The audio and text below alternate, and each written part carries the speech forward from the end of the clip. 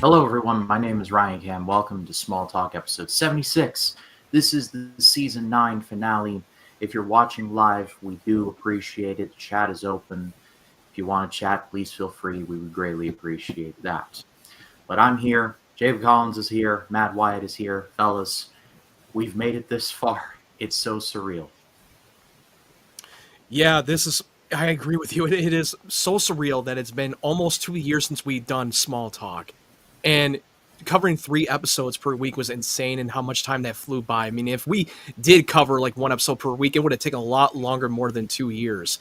But I cannot believe that we're in towards the end of the series and seeing Ryan's reaction to the later seasons, even though it was a hit and miss. But we still had some good episodes. I mean, grand total, and haven't seen 10 yet, so jury is still out. But grand total, I still really love this show. 8 was a bad season, but that's like the only season that I dislike. The rest of them at least have a couple of things where I'm like, that was just fantastic. There's at least a couple moments where I'm like, I can point to and be like, I love this. Like, I genuinely love this. 8 was, even 8, as bad as a season as that was, that mid-season finale I thought was awesome. And then, but you can go in the backlog and the archives and watch that just to see the slow degradation of my feelings on season 8.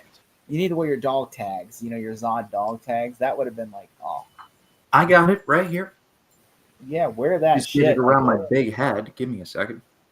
I didn't know you had it. I didn't know you had that dog tag.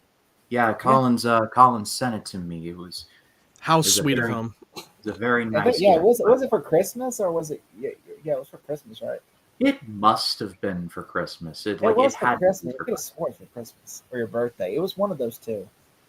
Regardless, it was in the words of Peter Cushing, when Hammer Studios paid for his roof to be repaired, an unsolicited and most cherished gift. I have been reliably informed this is really good, so I've said a prayer that this is good because the season 8 finale was god-awful, so there's nowhere to go but up. Me and Matt have never steered you wrong. We would always tell you, like, look, this is shit. Like, we told you season 8, the finale shit. Even though the finale was so downhill, you can always look up for this. I mean, that's what I'm saying. Like, this is a course correction with finales. Like, they understood the assignment with this one. Like, yes, there is a lot of bad stuff in season 8, and there's some bad stuff in season 9, but it's really good. I say we get started. So I'm going to count down from 5, and we will begin salvation. So, be prepared in 5, 4, 3, 2, 1, play.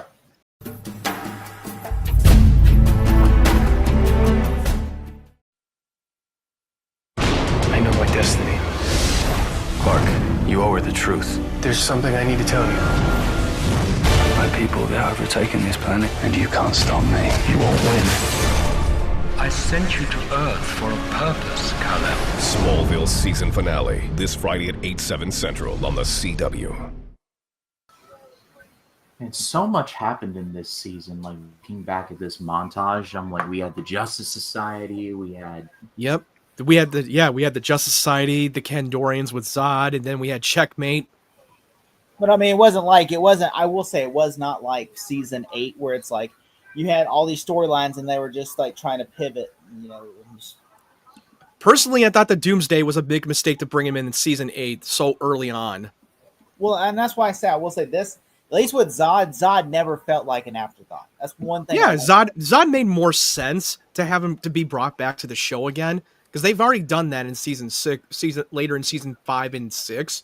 So it was kind of great to see Zod back in his final form. I wouldn't say necessarily he was a big part of season 5. I would say he was just more or less like a small role in season 6, like a small role. Well, it was just more of a setup. It was just more of a setup for his return for the finale. He is a key player in season. Yeah, that's true. And season 9. Matt, I see you've got the blue Gatorade gimmick going. I do appreciate that. The product brought to you by Gatorade with 0 sugar. And now the season. Oh, there's the flash forward, 2013. Oh, wow. Okay. Perry White is the editor-in-chief of the Daily Planet, finally. So it's been like a couple of years later, flash forward. I They're can't just wait. poking fun of the 2012. I can't wait to look at this and see how well this is aged. Or hasn't. Yeah, fun fact, 2013, that's the year of Man of Steel came out. It sounds like they were foreshadowing. In the business, we call this foreshadowing. Swear, that man has more lives than a cat. Clark Kent with the glasses. Up in the sky. What? Okay, I'm institutionalized. There's no way we're seeing him in the suit. Like, Oh, wow. Lois just dropped the Olsen name. don't you just hate it? A dream sequence. Me and the Well, future to be dream. fair, that was a Dr. Fate vision that he gave him for his dream, for what he will become. It's called. That Dr. Fate did the whole narrated Well, background. look at this, Ryan. You're gonna like this scene, though. You're gonna like this scene, Ryan. Still a dream sequence, so me and the edited version put the clip in. I hate when that happens. A dream sequence. Oh,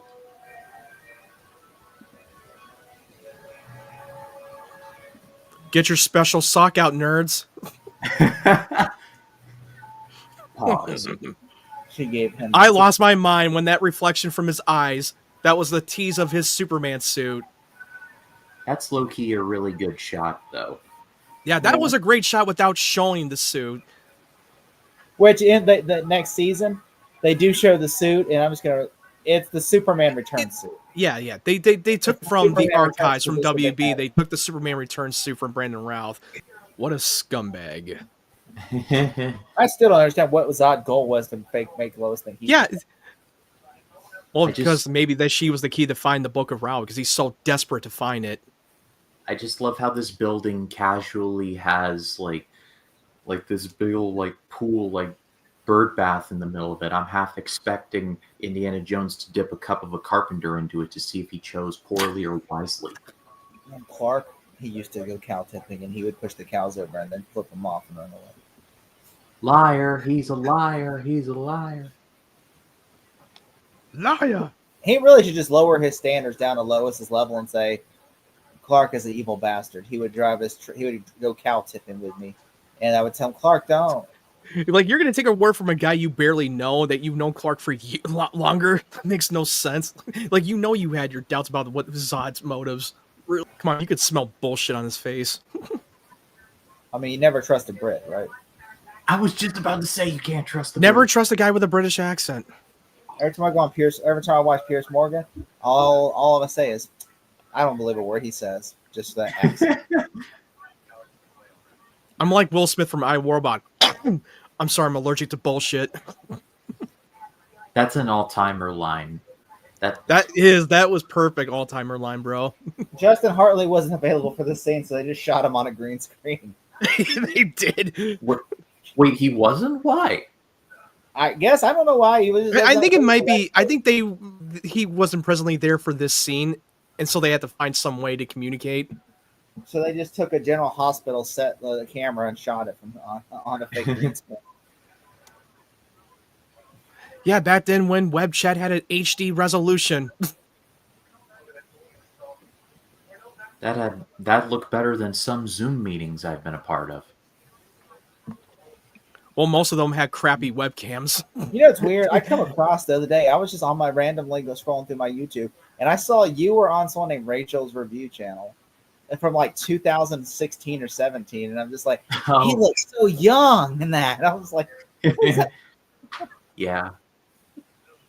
Oh yeah, and I remember when we were on the Suit Up Geeks, I was like, dude, you look super young back then. When I look back in those videos, like, oh my god, it looks so different now. Jeez. Like, damn. For me, I still look the same because I never age. Yeah, it's weird. That is very true. You took the super soldier serum, meanwhile I look like babyface half Nelson. Well, super soldier serum just makes you stronger.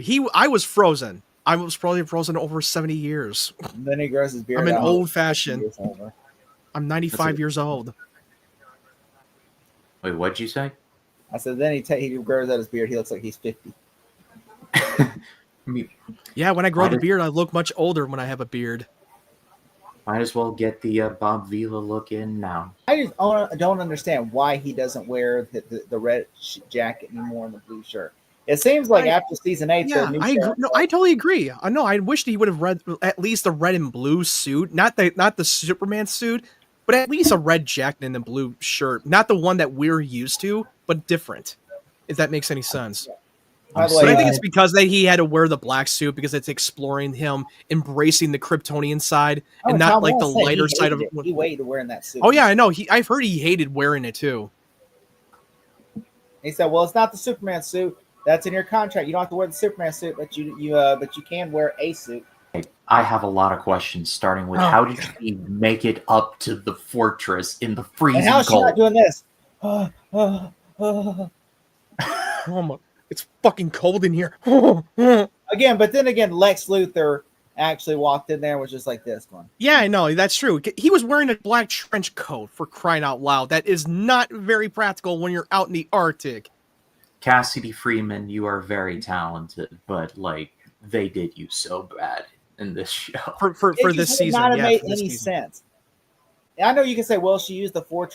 They made her more of an opportunist, where she's all about playing different sides of the coin. She's again, like I said earlier in the thing, she's the Johnny Sins of of this show because literally she's like everything. She's Mhm, like pretty a much. John Everyman. This is what happens when your motivations are designed by committee. Wow, those knucks did some damage. Holy. It's a kryptonite brass knuckle. Just fucking wailing Zod in the face. Jesus Christ. Go a little closer with the kryptonite. You can punch a... Okay, never mind. Wow, he just barbecued her ass. She could have stepped in a little closer. You're literally 2 feet away from him. You could still But, like- waken him. Like, wait, is she done? Like, done? I don't know. Can either confirm or deny without the secretary's approval. Thank you, Zod. I think we've But all. Oliver's gonna leave a major burns of his scar on his chest with Zod's name on it. Like, dude, I wonder what that's gonna look like. Oh, Clark, you're a full of shit because I could remember back in season 7 or season 5 even, you were saved Lana from a car accident and then killed your dad. So yeah. You're full of shit on that one. You played God a couple of times in your life, Clark. And it did not end well for you either time. Well, that wasn't really Clark's fault that his father died. He was going to die either way. Even if he changed the events, but he was still going to happen. Even the show, even the Al Gotham admitted it on Talkville. It's like, no, Jonathan was going to die no matter what. Well, I guess I answered my own question. Oh! Look like Two-Face. They made her Two-Face. Is this the villain story of Two-Face? Tessa's gonna be flipping a coin. I'm just gonna... she'll flip a coin. You either die a hero or you live long enough to see yourself become the villain. Again. You either die Again. or you live long enough to see yourself become the villain. My face. Let's look at my fucking face. She gonna look like Jigsaw. Say it! What's that? Yeah, she gonna look like Jigsaw from that shitty Punisher movie. She gonna be like, my name's not Hey, I Jim. fucking love Punisher Warzone. Like, fuck you. That is a shitty movie. That's like It was it was better than that fucking Thomas Jane, that atrocious Thomas Jane fucking one movie. is actually a much better story. It was than a that one. garbage fucking The dog acting shit is movie 10 I've ever times seen. better. Most boring fucking unwatchable movie. I mean, that movie, I'd rather watch that over the freaking. They even use the symbol. They use the same symbol. Oh boy, that makes it better. Oh no. All of a sudden, No, Ray never, Stevens. never over mind. here is like, She's not Two-Face. She's Destro from G.I. Joe. and then all of a sudden, Joseph Gordon-Levitt's going to give her some chemicals and he's going to turn her like into Destro. Not What Joseph have you Gordon. done to me? Wipe her brain. Wipe her brain. You know, I'm no expert on G.I. Joe, but that movie, it made a lot of people mad. You know, the sad thing is, even though Rise of Cobra wasn't, I mean, even though Retaliation wasn't great, I love Rise of Cobra, but even though it wasn't great, or Retaliation wasn't great, but people even said Retaliation is a better movie. That's the only movie that actually made money compared to Snake Eye. Well, actually, Rise of Cobra made money, but like Retaliation made money too. But like people said, oh, another dog shit movie from the sequel G.I. Joe. That was another awful movie. What, Retaliation or Snake Eyes? Oh, yeah, Retaliation sucked. That was so bad. Hey, you know what? It was #1 for 6 weeks in a row. Oh boy, box office. That makes a great movie. Well, you don't like Retaliation, Matt? It was like Retaliation was better. It was a terrible movie. If we're saying the highest grossing movie of all time is the best movie of all time, regardless of genre, then the best movie of all time is The Last Jedi, which it is not. Well, actually, the highest grossing Star Wars was The Force Awakens. It made Last Jedi made a little bit less than the Force Awakens did, because it made $2 billion for the first one. Second one for Last Jedi made closer to $2 billion, but not by many. I have to get this symbol in before Decepticon shows up and destroys these things. Before Michael Bay shows up with Shia LaBeouf. They got to mark their spot. They got to mark their spot before Michael Bay takes that location of populated area. Matt's favorite. That's Matt's favorite movie, by the way. Transformers: Revenge of the Fall. He said he'd rather watch that than a Transformers 1 anyway. Finally, we got a little cameo of a Cyborg. That was the last time we saw him. It's like, I forgot that he was even in this show. Also, their Flash is nowhere to be seen in this episode at all. No. You never see Bart Allen since we last saw him in the finale of season 8. He's on a video screen right there. There's a picture of him right there. But there's a picture of him. The actor's not even present. They couldn't just get a body double and they have a hoodie on and the sunglasses on. Just a still photo of him. I guess the network to CW got cheap. It's not even from it's season 6 where he has longer hair. I forget the actor's name right now, but it's a good thing that he's gone on to do a lot of good things afterwards. Kyle Gallner, I think. Kyle Gallner. Yeah, that's him. Yeah. He did that one movie you liked, Sweet Darling or something like that. Strange Darling. He's recently been in more slasher movies. He was in that movie was really good. Strange Darling. Yeah, Strange Darling was so good. Which is a movie that you can't even tell them what's about without spoiling the plot point of the movie. I haven't seen it. You have to really go in completely blind without knowing anything. Collins, read this. Stargirl's mask looks like one of those ice pads you can wear to minimize eye puffiness. She stole Patrick Bateman's eye. That's what I was thinking when he said that. Why don't you take Patrick Bateman's mask? I wake up at 7:45 every morning. I do 200 crunches, all while he's watching Texas Chainsaw Massacre. And then he's just casually watching porn in the background while he's on the phone trying to make a dinner reservations. I have to return some videotapes. One day I wanted to so bad do a watch along of American Psycho and just all wear business suits and just watch it. Yes. I'm not gonna lie, I thought he was gonna say Lana for a second. Oh dear God, no. Why would you think that? When I first saw this I thought he was gonna say Lana, and I'm like, what the fuck's he gonna do? Go find Lana! Where are you, Lana? Stay 50 fucking yards away, but come here. Sailed, hit an iceberg, and sank to the bottom of the Atlantic. Yeah, sank to the bottom of the fucking ocean like Titanic. Yeah, they got really cheap by not getting any actors back for the cameo. Can you just imagine though, the guy who played Perry White, Michael McKean? He probably comes to the set and he's like, "Oh, well, these are all sound stages now." I'm like, the first season it wasn't a sound stage; it was all in practical locations. Yeah. So you want me to hang on a sound stage? Yeah. Oh, okay. All right. Yeah, I guess I'm wind throwing at you. Wind. Destroyed all their satellites. How was traffic still going? Also, how was they able to have a webcam? They were literally have a conversation via the webcams. They would not be able to. Maybe before Matt fact checks me, I'm gonna probably say maybe they possibly talked before Zod knocked all the satellites out. They did. They absolutely did. Because I know he literally came to Zod and said, "Yeah, we just knocked out their satellites." That's what I want to know. Also, how the fuck did Zod not destroy that one? Yeah, You didn't see it was hidden behind he the literally moon. could not find an orbit of fucking Earth. Like you could not find his satellite. Does Is his it really? satellite Is it hide? cloaked? Like, oh shit, move it. It must be cloaked. Like he's got. Like, dude, you're not Batman. It's gotta be cloaked. Because Batman literally has like 6 satellites. Also, then how? Also, if you have a secret They satellite, lost the people of Earth lost their satellites, and now they no longer have HBO.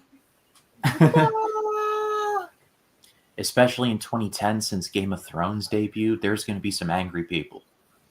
Oh yeah, no, it was 2011. we didn't have many streaming service back then.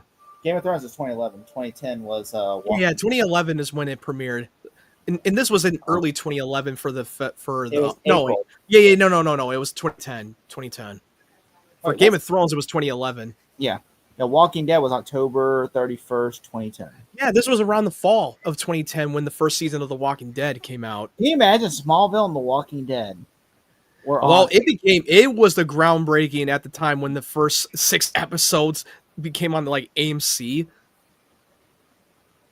Oh, Like I got into the show when I watched like first 6 episodes of season 1 on Netflix. Then I jumped right into when it was airing on AMC for season 2. We got a sort of kind of cameo from Virgil Swan. Coming soon. And here we Walking go. Dead. Oh, wait.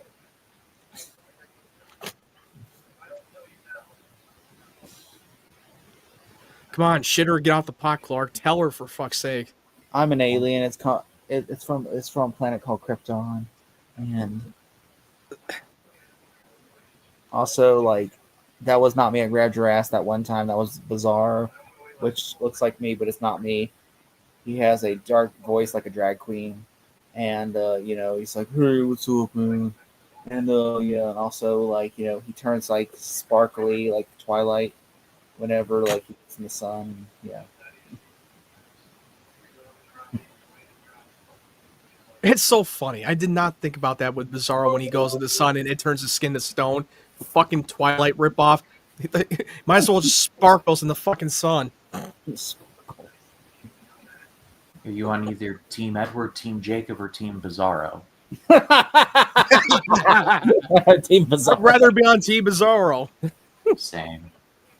The weird thing is, there's a fucking love triangle too in the freaking episode. Dude, the whole Twilight love triangle killed any of the point when they tried to do love triangle. They just ruined it. Clark and Lana versus Bizarro. Remember, that was the whole episode. It does seem like the Twilight show, the showrunner assault Twilight. Like, let's try to appeal. Lana, I love. Yeah, but that was before. Yeah, but that was before Twilight came out in the cinema. We know that the books existed at the time, but the Twilight, the film franchise, became a thing. It was back in like 2008 when they started doing it. On the same page here, guys. Just fucking say it already. This is one of my dislikes of the finale. It's like it's the whole love triangle. It's the whole love like shit or get out the pot situation between Clark and Lois. Yeah, the shit or get off the pot part. Yeah, but the love triangle, there is no love triangle in this one. I mean, not love triangle, but it's like well, to be fair, there is a love triangle. It's Lois's job. Zod. Well, yeah, not Zod. Zod, he was just using her. I'm saying more like she's trying to be like to the. It was not a love. There's no love story with Zod. Like, but her job is essentially. Yeah, her job. The love was her work. Perry White's offering me to go to Africa with him for like 6 years. Yeah, Africa to do a little scoop. Or it might be Egypt. Job. It might have been Egypt. No, it was Africa. It had to be Africa. I was like, really? Well, we know he's planning on leaving Earth with the kid. Somewhere Ryan's banging his head against the keyboard, going, "No, no, no, no, no, no, no!" It's like that scene in Batman with the Riddler. I'm turning into Michael Scott from that one episode where he's like, "I want to kill myself, and it's your fault. I'm gonna kill myself. I'm going to kill myself, and it's your fault." Oh, the Halloween episode in season 2. Yeah, where he's like, what half the context of the scene is He say, "How do you fire somebody?" He goes, he tells Jim, "You reverse, you be me, and I'll be the employer for a fire."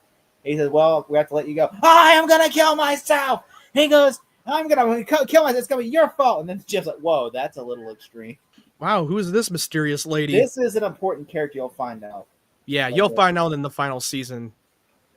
You'll find out who's this mysterious lady under hood. I did not know who this character was until I watched the final season. Then I had to look it up. So, same here. I was like, who is this character? I thought it was Martha Kent at first. I really thought it was Martha Kent. That would have been more strange if it was Martha Kent. This character is pretty much death. What do you think it is, Ryan? Well, it's an older lady, so it's the one lady who could make you see visions of your future from season 1. That's your prediction. Well, she's dead. She's dead, dude. He doesn't know that, okay? Just like actually, yes, you do know that, Ryan. She died in season 1. Actually, yeah, Ryan. Let me translate it for you then. I don't know. Like, there's not a lot of old lady characters in DC Comics, okay? Only thing Oliver needs to do now is flick open a lighter and say, "Come to the coast. We'll get together, have a few laughs." Oh my god, he thinks he's in Die Hard. And what do they put in these Twinkies nowadays, pal? Milk and sugar. Okay, she has a screen built into her desk. We don't even have that now.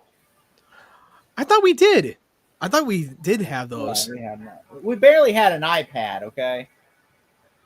Hey, we have an Apple Watch that we can now communicate, like James Bond or Power Ranger style. That's more reality than fiction. What?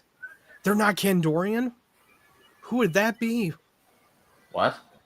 It doesn't really make sense when you find out who it is. You're like, what? Yeah, I know. It didn't really make any sense once it's revealed. It would make more sense if it was Zod's people, but it would not make sense who it is. It's cool who it is. It's a famous DC character, but you're just like, what? Like what? How does that make any sense? They had the red trackers surrounding Oliver. Like there was supposed to be more than one person. And also they kept punching the vents. Made no sense. Yeah, I was like, where the hell did that come from? Also, no one saw all these people walking. No one saw literally a guy fly, land in the ground, and then walk to Lois. No one saw that. There was a car driving by. No one saw this guy fly. There was a car driving by. I would stop my car and go. They'll be like it's any other Tuesday. Especially in Metropolis. Absolutely. They literally keep shooting in the same spot every goddamn episode when they're outside of Metropolis, outside in the city. Same fucking area. The only thing that's missing from this set is the tram with the tourists, some of whom have popcorn. Because this is in studio lot that they filmed. Cassidy Freeman said whenever she got to set, because Tom Welling had told her beforehand, he said that you're going to be traveling to a lot of locations and stuff because we shoot mostly outdoors and stuff like that.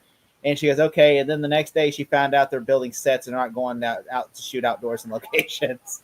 To where she was just like, But did you notice that when Zod put his hands on her shoulder, she knows that's not the real Blur. No. Tell me not, Lois. No, Lois, you're lying. It's bullshit. It's bullshit. I did not. I'm not lying. It's bullshit. You don't say. Oh, hi, Clark. Damn. Just throws her right across the phone booth. No, that you can tell that's real. That's just like her and wires just fly going. Ooh.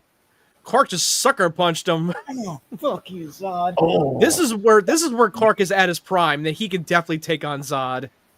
I ain't like it. Because remember in season 6 when he tried to take him on, he got his ass handed to him. I honestly think this Zod, yeah, he could take the Zod. Well, no, because now he had training. Clark had training with Jor-El in the fortress to master his abilities. That's why he's able to now take him on. I think Zod in season 6 was still with this. Because Clark in the earlier season with season 6, he didn't even start his training. Do you think that this Clark could take Zod in season 6? Oh, absolutely he can. Oh no, I think he could definitely take him on now after all the training that he had to go through. I think if this Zod still has superpowers, then that Zod could.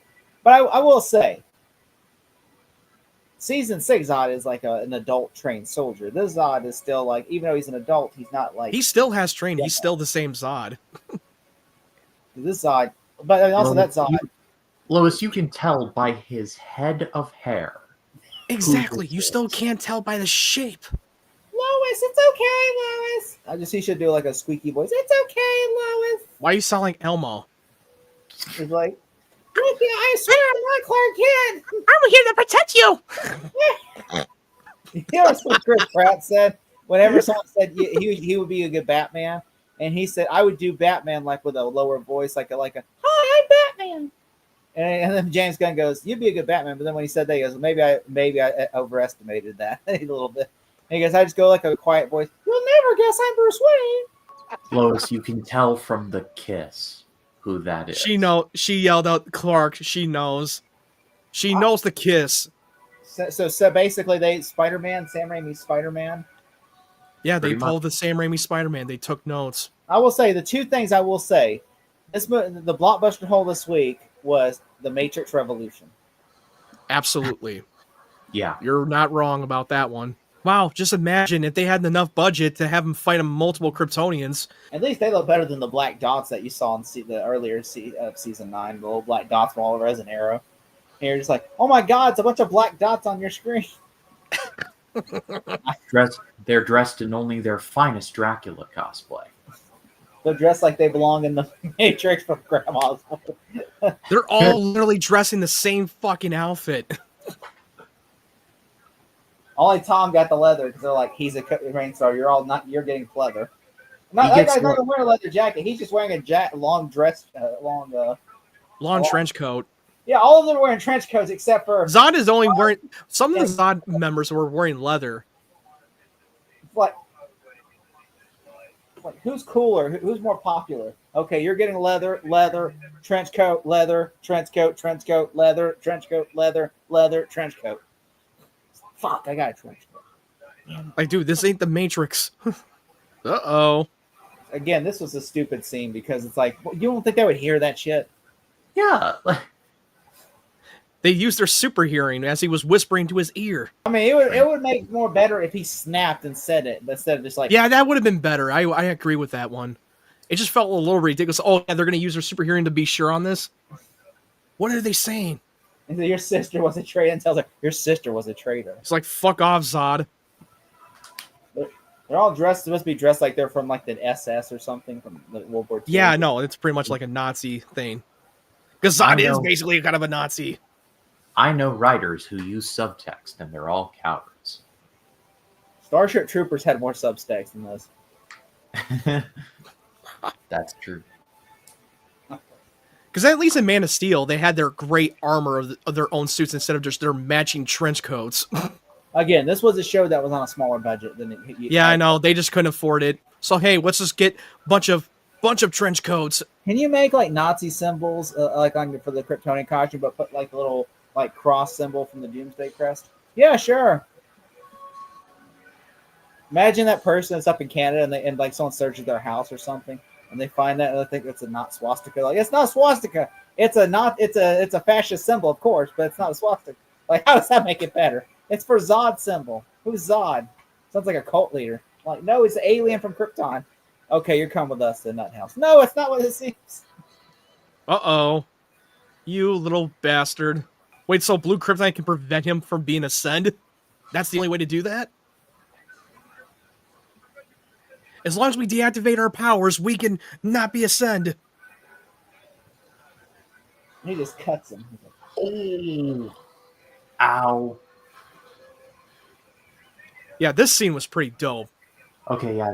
I mean, it would have been awesome if they fought with superpowers, but I get it, the budget-wise. But I mean, also the hand-to-hand combat's really great because Zod's a soldier, so it makes it even cooler. I know, because because he is a soldier. You will taste this blue raspberry Jolly Rancher and like it. I do like. No, you would take a blue. No, you would take a blue popsicle. You would take a blue popsicle, and you'll love it. I like how Clark punches him. He does this. Does a super punch, like super punch. Slow mo. Oh, that was definitely a Spider-Man 1 punch right there. But here's the thing: if they had more budget, if this was made today, you would have seen them at their superpower for sure. battling it out in television today. I mean, it's still a cool fight. I mean, No, I don't get me wrong. I love this fight. I'm not shitting on the fight. I love this fight. Saying. This fight is already longer than the Doomsday one. That's true. He's telling everybody, your loved ones will kneel before Zod. Oh dear God, no! Don't do the to be continued. Don't do the to be continued. Please don't do what I think you're gonna do. No! Right? He ascends up to the heavens, okay? Oh, dude. The Christ position with Clark did, and when he's free falling. Motherfuckers. It's not fair! I did not want to say anything that there was going to be a cliffhanger. I did not want to say that. I didn't want to. But did you notice when he's free falling from before the credits are? He did the Christ-like position. He did the Christ thing. He's the Messiah. He's the Jesus. Beating Zack Snyder to it by at least 2 years. He beat me by 2 years. Oh, that's so cruel. I couldn't. I didn't want to say there was. I will say a I did cliffhanger. really like that fight, especially he goes, "You and your loved ones will kneel before Zod," and then everyone who loved would kneel before Zod. You already took my first home from me. You're not going to take this one. Then he just like, I love that stuff when he's making the ultimate sacrifice.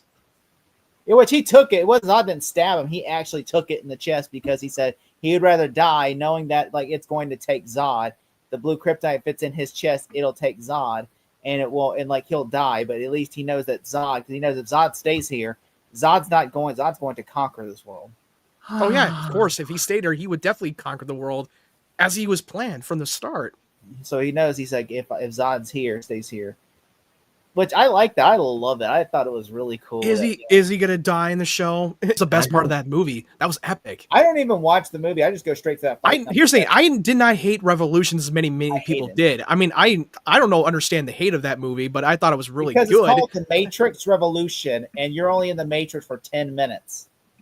You're in there for like at least the first 10 minutes of the movie. Then when we get into the third act, that's when we get back to the Matrix again. For again 20 minutes. But I get the criticism that it should have been a little bit more, but they really wanted to wrap that up with the whole Zion, with the whole war with the machines, and do this whole conclusion of this trilogy. I mean, I get this criticism. I know it's not perfect. All right. So I asked for this episode to be good, and yeah, it was really good. So it definitely lived up to your hype. Yeah. I mean, the to be continued was very cruel, but not in like the sense that it was bad. It just... I know, but I didn't want to say the cliffhanger because I wanted to see how pissed off you would be with the cliffhanger. No, thank you. I appreciate you leaving me in the dark. But hey, at least you don't have to wait that long because it's not until next week. Then we watch the premiere. Yeah, next Tuesday. But let's go to rankings. So Collins, 1 to 10. I'm gonna say it's a 9 out of 10. All right, Matt.